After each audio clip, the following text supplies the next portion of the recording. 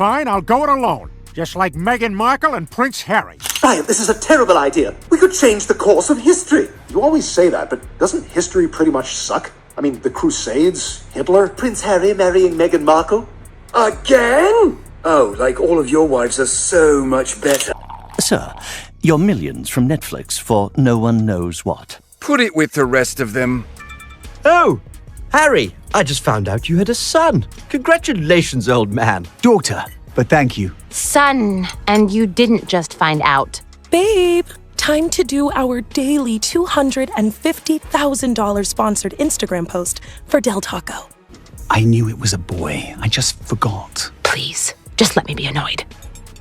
I shouldn't have left the made-up nonsense. Oh, honey, get ready because this one is wild. You know how sometimes things leak that you'd never expect? Yeah, this wasn't just a leak, it was a nuclear-level bomb. Meghan Markle and Prince Harry, they seem to have this magnetic pull for drama. Podcasts flopping, weird jokes about jam, cringe product launches, old friends going silent, and now this. A Family Guy scene. So savage, so unfiltered, it was fully written, voiced, animated, and ready to roll. But guess what? Someone way up the chain said, oh no, this is too much. Not because it bombed, not because it was lame. Oh no, it was too real, too sharp, TOO dangerous for TV. But did that stop it? Please, it leaked anyway. And once you know what went down, you'll totally understand why the suits yanked it right before air. According to insiders, this scene was a direct hit. Here's what happened.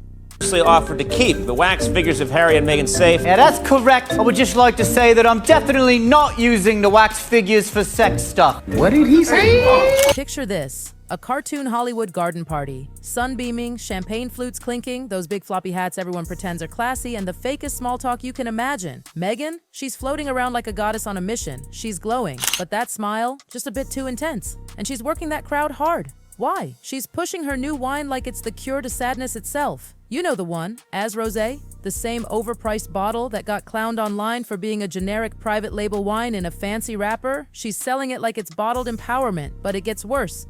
So you hate journalists? That's right. And now you wrote a book that reports on the lives of the royal family. Right. So you're a journalist.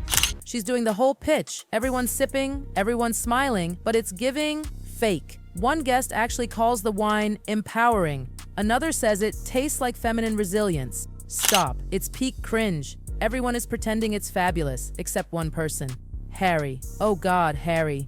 He's standing behind Meghan, looking like he wants the earth to swallow him whole, shoulders slouched, his glass untouched, and then, boom, he dumps it all into a plant. Doesn't even hesitate, fakes a smile and deadpans. Delicious, darling. And guess who's watching from the bushes? Stewie. Yup. And what does he say? That cold little legend mutters, even the plants need therapy. Meghan and Harry's son Archie, he's gonna grow up and be like, let me get this straight. We used to be in the royal family? Like I could have been a king and now I'm working at Burger King? Is that what you said? Cut to the plant. That poor little fern, it's twitching, literally gasping for air like it tasted regret and shame. That was the joke, and according to people behind the scenes, it killed during the internal read-through. Everyone was howling. It was savage, sure, but it was gold. Perfect timing, sharp punchline, top-tier satire. But when the execs saw it, suddenly, silence. Fox lawyers raised red flags. Whispers said Meghan's people might have already caught wind of it. The whole thing got pulled. Fast. Quiet. Like it never existed. She didn't marry him, she would be on The Bachelor this season. She would be Megan M. from Sherman Oaks barista. She's just that lucky. But guess what? They were too late. The internet got it. Screenshots, fan animations, leaked audio synced with lip readings on TikTok. Oh, it's out there now. It may never air on TV, but online, it's a full-on legend. And Meghan and Harry? Nowhere in sight. This wasn't cheeky parody. It was a straight-up takedown. And that wine scene, that was just the warm-up. What came after? Oof, buckle up, babe. Comes from an unconventional family. Yes, very different family. I was like, yeah, man, she does. Just like Harry. People aren't just laughing at Meghan and Harry anymore. They've moved on. And Meghan's brand? It's slipping. For anyone who thought this was just a throwaway gag, think again. Every frame was dripping with shade. Nothing subtle here. That's why it got shelved. But why don't we have to call Kate Middleton Kate of Wales? Okay, Hilaria, out. The garden party setup? Oh, that was just the soft open. According to insiders, this wasn't a 10-second joke, it was a whole segment. A full roast disguised as a scene. It mimicked Meghan's carefully curated post-royal image. Flowy dresses, breathy voice, soft lighting vibes, lifestyle blog energy, all of it. She debuts her wine to a cartoon crowd of celebrity lookalikes. Someone who clearly looked like Oprah. A suspiciously Ellen-esque figure. A polo-shirted extra people think was James Corden. They're all there, clinking glasses, audiences, tossing fake compliments like tastes like empowerment, painfully obvious, painfully perfect. We can be the people we talked about being, with no more worries about how we look or the image we project to people. What matters is what we have on the inside.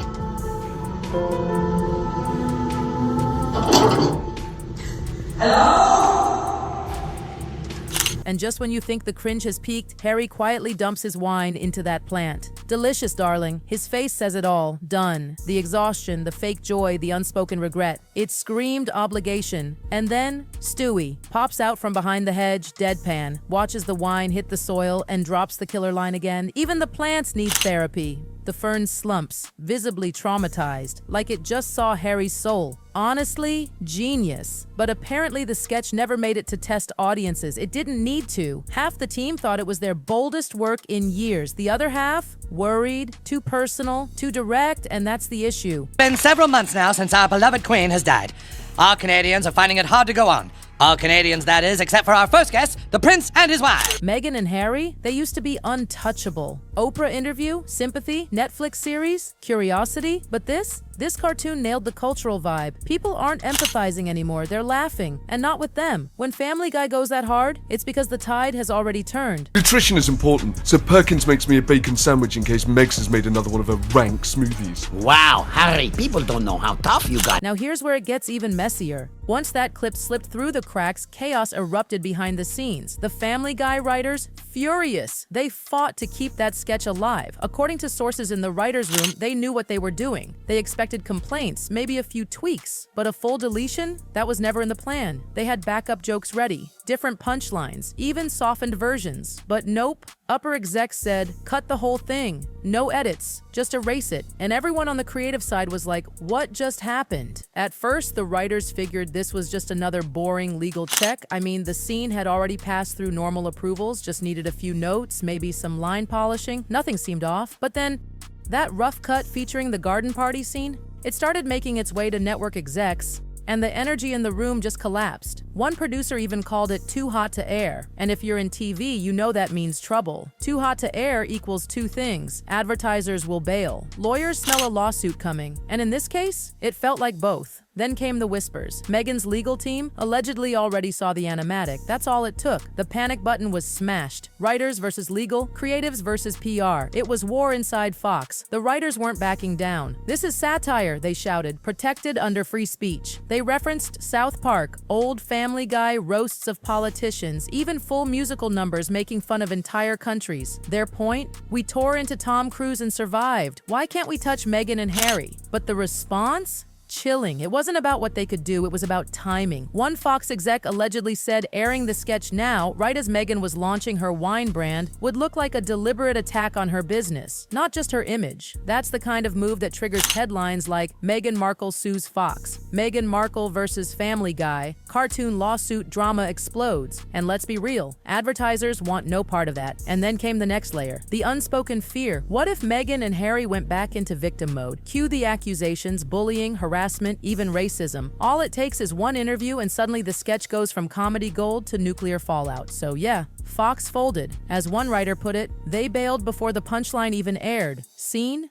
Buried. But guess what? The internet didn't care, because while the execs scrambled to bury the joke, the fans lit the match. And the whole internet, it exploded. Once upon a time, roasting Meghan Markle would have gotten you canceled. People were cautious. The media was walking on eggshells. She had just stepped away from the royal family. Everyone leaned into her narrative of survival, mistreatment, poor me vibes, and for a while, the world believed her. But now, that moment is dead. Family Guy's sketch wasn't some random jab. It was a mirror to where the public already was. The mood had turned, and it didn't happen overnight. It was a slow, juicy unraveling. The Netflix docuseries came first. Glossy edits, polished monologues, behind-the-scenes peeks, and instead of pulling people in, it left them confused. Wait, aren't they begging for privacy? Why are they on my screen every day? Then came the podcast. Archetypes. It launched like a royal cannon and fizzled like warm champagne. Critics called it rambling. Guests outshone Meghan. Her relatable moments backfired hard. Like that Deal or No Deal story, a PR faceplant, and then the jam.